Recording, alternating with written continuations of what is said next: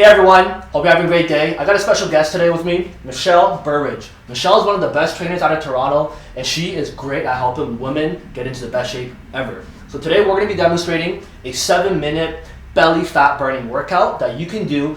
It's low impact and it's developed for men and women over the age of 40. So, Michelle, you ready to do it with us today? I'm ready. Alright, so what we're going to do is we're going to do each exercise for 45 seconds, then we're going to take a 15-second break, and then we're going to be moving on to the next exercise. Sounds good? Great. So the first exercise I'm going to do is just jogging on the spot. So what you're going to do is just lightly bring your knees up, pedaling your arms. Ready? 3, 2, 1, and let's go. Awesome. So just keep everything relaxed. You don't have to push yourself too hard. Remember, we just want to get our heart rate going a little bit, so just keep your shoulders relaxed. Good work. Just lift up your knees. Try to stay light on your feet. I don't want you to bang your feet onto the ground. You're going to potentially hurt your knees. Just nice and slow, nice and relaxed. We're just going to get a little bit of a walk, all right? If you don't want to lift your knees too high, just take your time and march it out or just jog it out. That's 25 seconds. We're almost there. 20 more seconds to go. Great work. Just remember, keep everything relaxed. If you need a bit of a break at home, just stop, take your time. There's no rush, no need to push yourself. Just do your best to continue. 2, 1, and time. So 15-second break. The next one that we're going to be doing is just a normal plank. So we're going to get onto the ground. If you have a mat at home, you can grab the mat. And what you're going to do is just get onto your elbows and your toes. And 3, 2, 1, go ahead. Good. So now, when you're doing a plank, you want to make sure your back is going to be completely flat. So you don't want your glutes to be sticking too high up into the air.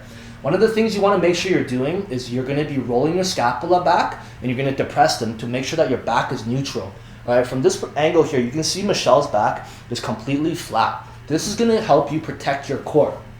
Now, if you're at home and you need a little bit of a break, what you can do is simply drop your knees and just get into that position, all right? If you feel any pains in your back, even in your shoulders, I want you to just drop your knees, relax, and take a little bit of a break. All right, 10 seconds left, Michelle. We're almost there. You're doing amazing. 5, 4, 3, 2, 1, and break. Good. So 15-second break. We're going to stay on the ground, and we're going to flip it over, and we're going to do dead bug. So we're going to get onto the ground, onto our back, and just move back a little bit. Right here. Good. Now you're going to get onto your back, and you're going to lift your legs up and your hands up into the air. Go ahead, and what you're going to do is extend one leg and your opposite hand outwards while maintaining the other ones up.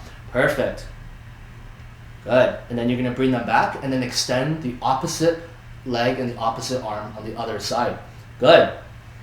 In this position here, you really want to focus on keeping your back neutral. So what you're going to focus on is keeping your core engaged. Right? You want your gaze to look upwards to the ceiling, keeping your other hand, the one that's not extended, straight up. Good work. 15 more seconds. Once again, if you need a little bit of a break at home, just come back to the original position and just hold it.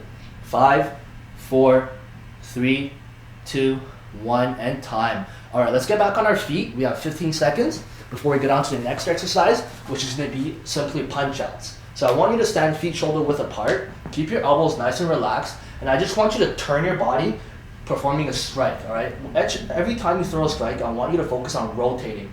Now let's go. Nice and slow, good. Make sure you fully extend each punch, and I want you to focus on turning your body all the way so your opposite shoulder goes all the way back. Good. The reason why it's so important to turn is because when you're performing a punch, this movement actually is supposed to activate almost every muscle in your body. You see how Michelle right now is turning? I actually want you to pivot your other foot now when you're striking. There you go. Now this is going to be activating her glutes, her legs, her core, and her shoulders, making this exercise one of the best movements you can do.